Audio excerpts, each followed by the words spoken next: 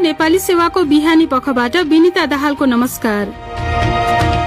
आज कार्यक्रममा झण्डै 5 महिनापछि खोल्न लागि हवाई सेवाको तयारी सरकारले कसरी गर्दैछ?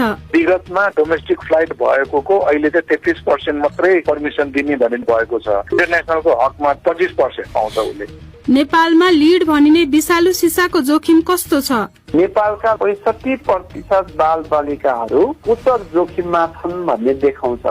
नेपाल स्वास्थ्य अनुसन्धान परिषदका प्रमुख अनुसन्धान अधिकृत र भ्रष्टाचार अभियोग लागेका स्पेनका पूर्व राजाले छोडे देश। तर सुरुमा आजका प्रमुख विश्व समाचार। सञ्जीव गिरीबाट समाचार सुन्नुहोस्। स्पेनका पूर्व राजा ख्वान कार्लोसले अकस्मात देश छाडेका छन्। केही हप्ता अघि उनी भ्रष्टाचार सम्बन्धी मुद्दामा जोडिएका थिए। स्पेनका राजा उनका छोरा फेलिपेलाई लेखिएको पत्रमा उनले आफू देश बाहिरै बसेर जनताको सेवा गर्ने बताएका छन्।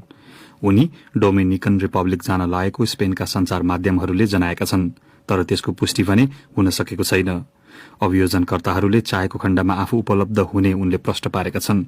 पूर्व राजाको पछिल्लो कदमबारे बीबीसी संवाददाता आशिष शर्मा भन्छन्, 82 वर्षको उमेरमा कार्लोस राजतन्त्रका लागि समस्या बन्न सक्छन्, जुन उनी बन्न चाहँदैनन्। त्यसकारण उनी देशबाटै बाहिरिँदैछन्। बीबीसी संवाददाता आशिष शर्मा।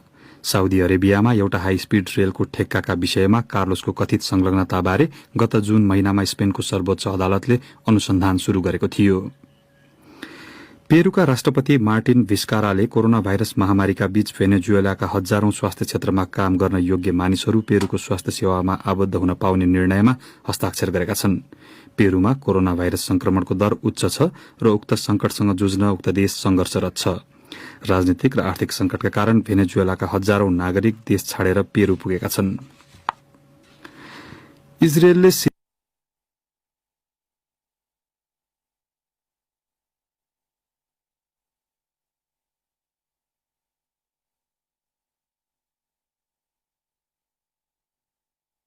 हस्ताक्षर गरेका छन्।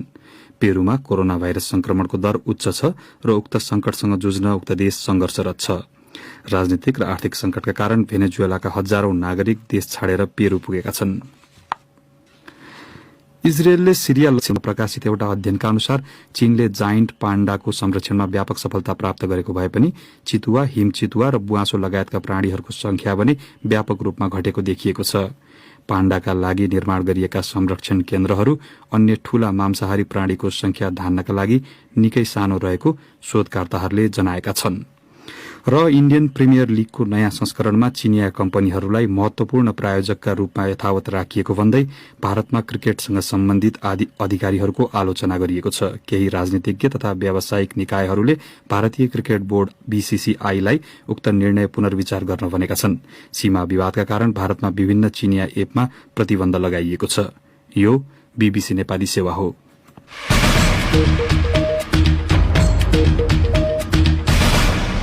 बिहानी पखमा तपाईंलाई पुनः स्वागत छ। आगामी भदौ 1 गतेबाट त्रिभुवन अन्तर्राष्ट्रिय विमानस्थलको सेवा शुरू गर्ने घोषणा गरेको सरकारले शुरूआती चरणमा विगतको तुलनामा 25% अन्तर्राष्ट्रिय उडान र 33% घरेलु उडानको अनुमति दिने जनाएको छ। प्राधिकरणका एकजना पूर्व महानिर्देशकले भारत सहित कैयौं देशमा कोरोना भाइरसको महामारीका कारण अझै पनि उडान प्रतिबन्ध कायमै रहेको भन्दै सरकारी निर्णयको कार्यान्वयन आफूले सहज नदेखेको बताएका छन्। फणिन्द्र दाहालको रिपोर्ट सुनौ। कोरोना भाइरसको जोखिमलाई ध्यान दिँदै नेपालले गएको चैतबाट अन्तर्राष्ट्रिय र घरेलु उडानमा लगाएको प्रतिबन्ध भदौ 1 गतेबाट खुला गर्ने निर्णय मन्त्री परिषद बैठकले गरेको थियो। नागरिक उड्डयन प्राधिकरणका उपमहानिर्देशक राजकुमार छेत्री, विगतमा डोमेस्टिक फ्लाइट भएको अहिले चाहिँ 33% मात्रै परमिसन दिने भन्ने निर्णय भएको छ। इन्टरनेसनलको हकमा चाहिँ 25% पाउँछ उसले। त्यसरी सुरुवात गर्ने, सोशल डिस्टेन्स मेन्टेन, सेनिटाइजिङहरू गर्ने जुन एउटा बेसिक कुराहरू छ, आउने प्यासेन्जरलाई चाहिँ के गर्ने, क्वारेन्टाइनमा राख्ने वा के गर्ने भन्ने कुरा, त्यो चाहिँ निर्णय अब स्वास्थ्य मन्त्रालयले गर्नु छ। साधारण अवस्थामा आउने र जाने गरी दैनिक 100 वटा अन्तर्राष्ट्रिय उडान हुने गरेको भन्दै उनले अब दैनिक न्यूनतम 24 वटा अन्तर्राष्ट्रिय उडान हुने बताए। उनले नेपाली राष्ट्रिय ध्वजावाहक सहित 12 वटा वायुसेवा कम्पनीले सोमबारसम्म अन्तर्राष्ट्रिय उडानका लागि आवेदन दिएको बताए। 158 वटा फ्लाइट गर्ने पर विक भनेर उहाँले रिक्वेस्ट गर्नुभएको छ। अब त्यसमा चाहिँ प्राधिकरणले छलफल गरेर कति दिन सकिन्छ त्यो हामी दिन्छौँ। तर कोभिड-19 महामारीका माझ विमानस्थल सञ्चालन गर्ने सरकारी निर्णयको कार्यान्वयन सोचे जति सजिलो नभएको विज्ञहरू बताउँछन्। नागरिक उड्डयन प्राधिकरणका पूर्व महानिर्देशक सञ्जीव गौतम भन्छन्, 25% भयो भने स्वास्थ्य सम्बन्धी सुरक्षाका उपायहरू अपनाउन सक्ने सम्भावना प्रशस्त देखिन्छ। त्यो लेभलमा पनि प्यासेन्जर पाउँछ कि पाउँदैन तुरुन्तै भन्ने कुरा चाहिँ प्रमुख कुरा हो। अझै पनि कैयौं डेस्टिनेसनहरूमा स्थिति सहज छैन। इन्डियामा अगस्त 31 सम्म तपाईँको इन्टरनेसनल फ्लाइटहरू चाहिँ अनुमति दिँदैन। इन्डियासँग हाम्रो भदौ 1 गते फ्लाइट हुने सम्भावना छैन। सन् 2018 मा पर्यटक वैदेशिक रोजगारीमा जाने र आउने कामदार सबै गरेर 42 लाख जनाले नेपालको अन्तर्राष्ट्रिय विमानस्थल प्रयोग गरेको उल्लेख गर्दै उनले कोरोना भाइरसको जोखिम कम नहुन्जेल उड्डयन क्षेत्र प्रभावित भइरहने बताए। फणिन्द्र दाहाल, BBC, काठमाडौँ। केही दिन अघि युनिसेफ तथा प्योर अर्थ नामक संस्थाले गरेको अध्ययनमा खास गरी न्यून तथा मध्यम आय भएका मुलुकहरूमा झण्डै 80 करोड़ बालबालिकामा लीड अर्थात विषालु सिसाले दीर्घकालीन प्रभाव पारेको हुन सक्ने देखिएको थियो। त्यसमध्ये आधा जनसंख्या दक्षिण एसियाको रहेको उक्त प्रतिवेदनमा उल्लेख गरिएको छ। यसै विषयमा अनुसन्धान गरेका नेपाल स्वास्थ्य अनुसन्धान परिषदका प्रमुख अनुसन्धान अधिकृत मेघनाथ हिमाललाई हामीले सोधेका छौं, नेपालमा लीड अर्थात विषालु सिसाको जोखिम कस्तो छ?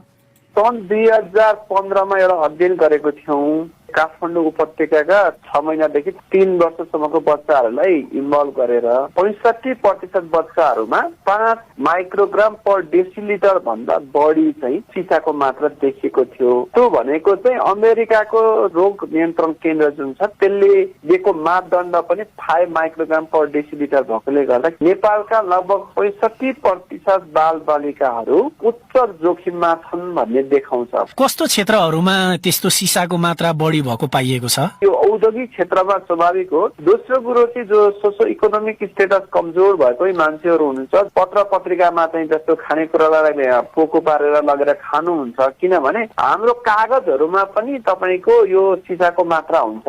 अनि सबभन्दा बढी चाहिँ रङमा हुन्छ होइन। जस्तो जब तपाईँको क्षय भएर जुन हाम्रै फेरि वातावरणमा जान्छ त्यो माटोहरूमै मिसिन्छ र त्यो माटोहरूमा अथवा त्यो धुलोको कणहरूमा चाहिँ बढी हुने भएकोले बच्चाहरू खेल्दा र त्यस्तै गरी गिटी रोडामा खेल्ने जुन बच्चाहरू हुन्छ बाबुआमा त्यहाँ काम गरेर उनीहरूमा हाई हुन्छ।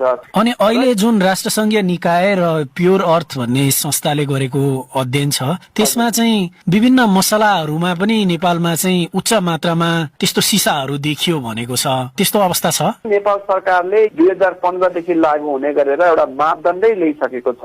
त्यसले चाहिँ 90 ppm भन्दा बढीको चाहिँ हुनु हुँदैन हाम्रो यो इनामेल पेन्टहरूमा भनेर। अहिले तपाईँले जुन मसलाहरूको कुरा गर्नु भएको छ र अन्त भएको अध्ययनहरूले यो पनि देखाएका छन् र हाम्रो सन्दर्भमा के छ स्थिति भन्ने कुरोमा थप अध्ययन गर्नुपर्छ भन्छु मैले अनुसन्धानकर्ताको हैसियतले। जथाभावी यो ब्याट्रीहरू मिल्काइन्छ होइन, यो इलेक्ट्रोनिक सामग्रीको फोहोरहरूको पनि विदेशी ब्याट्रीहरू पनि हो।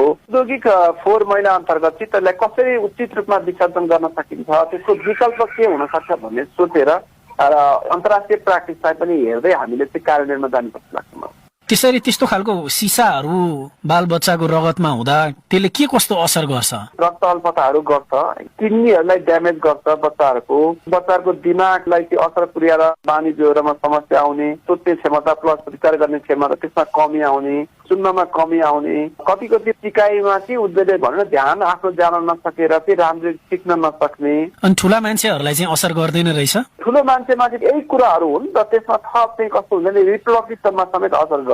अनि सरकारले चाहिँ यस्तो खालको घातक सिसाहरूको प्रयोगलाई निरुत्साहित गर्न कस्तो खालको कदम चाल्नु पर्ने देखिन्छ? यो कुनै एउटा सेक्टरले भन्दा पनि जस्तो औद्योगिक क्षेत्रहरूमा पनि यदि त्यो लिडको प्रयोग हुन्छ भने जस्तो रङहरू तपाईँले हेर्नुभयो भने जस्तो हामी युरोपियन अमेरिकन कन्ट्रीहरूमा जाँदाखेरि सेतो रङ लगाउँछौँ नि, सेतो रङमा सबैभन्दा लिडको मात्रा कम हुन्छ। अनि जति रङहरू चम्किलो हुन्छ लिडको मात्रा बढ्दै गइरहेको हुन्छ। त्यो भएर चाहिँ हामी घरबाटै अभियान चलाउन सक्छौँ। त्यसै गरी इम्पोर्ट गर्नको लागि चाहिँ हाम्रो नेपाल सरकारले अलरेडी 90 ppm को चाहिँ एउटा स्ट्यान्डर्ड प्रभावकारी रूपमा लागू गर्नु पर्यो। उनी थिए नेपाल स्वास्थ्य अनुसन्धान परिषदका प्रमुख अनुसन्धान अधिकृत मेघनाथ धिमाल। बिहानी पखमा एउटा अन्तर्राष्ट्रिय प्रसंग। भ्रष्टाचारको आरोप लागेका स्पेनका पूर्व राजा ख्वान कार्लोसले देश छाड्ने त्यहाँको राजदरबारले घोषणा गरेको छ। केही हप्ता अघि ख्वान कार्लोसले उक्त घोषणा आफ्ना छोरालाई लेखेको पत्र मार्फत गरेको बताइएको छ। अभियोजनकर्ताहरूले आफूसँग सोधपूछ गर्न चाहे आफू उपलब्ध हुने उनले बताएका छन्। बीबीसी विवरणमा आधारित रिपोर्ट सुनौ सञ्जीव गिरीबाट। साउदी अरेबियामा एउटा हाई स्पीड रेलको ठेक्काका विषयमा कार्लोसको कथित संलग्नताबारे गत जून महिनामा स्पेनको सर्वोच्च अदालतले अनुसन्धान अघि बढ़ाएको थियो। पूर्व राजाले स्पेन कहिले छाड्नेछन् वा उनी त्यसपछि कहाँ बस्नेछन् भन्ने विषय स्पष्ट भएको छैन। बीबीसीका युरोप संवाददाता निक बिगका अनुसार कुशलतापूर्वक स्पेनलाई अधिनायकवादबाट प्रजातन्त्रसम्म डोर्याएका कार्लोसका लागि यो अपमानजनक बहिर्गमन हो। करिब 40 वर्ष राज गरेपछि कार्लोसले सन् 2014 मा गद्दी त्यागेका थिए। आफ्ना ज्वाइँ मुछिएका भ्रष्टाचार सम्बन्धी अनुसन्धान र स्पेनमा आर्थिक मन्दीका बेला विवादास्पद हात्ती शिकार यात्रा पश्चात उनले गद्दी त्याग गरेका थिए। सन् 2014 मा गद्दी त्याग गरेपछि ख्वान कार्लोसको साउदी अरेबिया स्थित परियोजनामा संलग्नता स्थापित गर्ने आफूहरूको उद्देश्य रहेको स्पेनको सर्वोच्च अदालतले बताएको छ। स्पेनको एउटा कम्पनीले मक्का मदिना रेल निर्माणका लागि 6.7 अर्ब युरो बराबरको ठेक्का जितेको थियो। बिहानी पखको अन्तिम विषय कोरोना भाइरसको महामारीका माझ सर्पदंश घटनाका धेरै पीड़ितहरूलाई यो वर्ष सघन उपचार कक्षमा राखेर उपचार गर्नु परेको पश्चिम नेपालका चिकित्सकहरूले बताएका छन्। नेपालगंजबाट विमला चौधरीको रिपोर्ट सुनौ।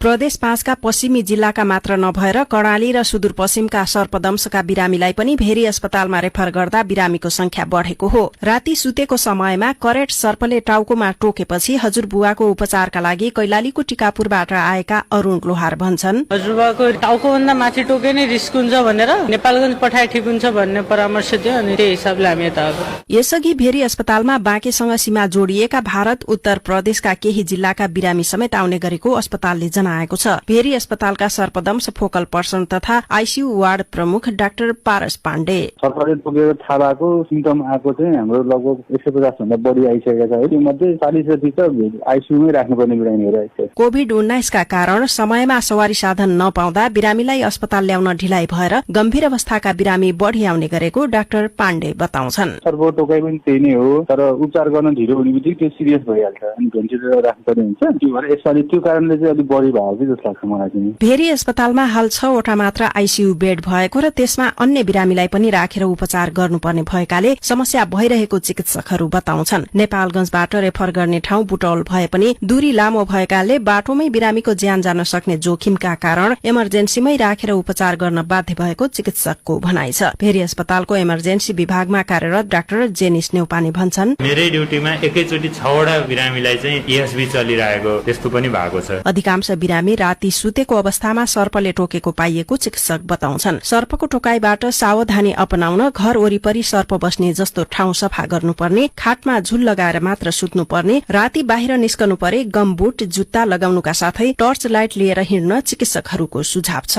विमला चौधरी, बीबीसी नेपालगञ्ज। अब अन्त्यमा प्रमुख विश्व समाचार संक्षेपमा। स्पेनका पूर्व राजा ख्वान कार्लोसले अकस्मात देश छाडेका छन्। केही हप्ता अघि उनी भ्रष्टाचार सम्बन्धी मुद्दामा जोडिएका थिए। पेरुका राष्ट्रपति मार्टिन भिस्काराले कोरोना भाइरस महामारीका बीच भेनेजुएलाका हजारौं स्वास्थ्य क्षेत्रमा काम गर्न योग्य मानिसहरू पेरुको स्वास्थ्य सेवामा आबद्ध हुन पाउने निर्णयमा हस्ताक्षर गरेका छन्। इजरायलले सिरिया लक्षित श्रृंखलाबद्ध हवाई हमला गरेको छ। जायन्ट पाण्डा जोगाउने चीनको प्रयासले चितुवा र अन्य स्तनधारी प्राणीहरूलाई झन खतरामा पारेको एउटा अध्ययनले संकेत गरेको छ। र इण्डियन प्रिमियर लीगको नयाँ संस्करणमा चीनिया कम्पनीहरूलाई महत्वपूर्ण प्रायोजकका रूपमा यथावत राखिएको भन्दै भारतमा क्रिकेटसँग सम्बन्धित अधिकारीहरूको आलोचना गरिएको छ।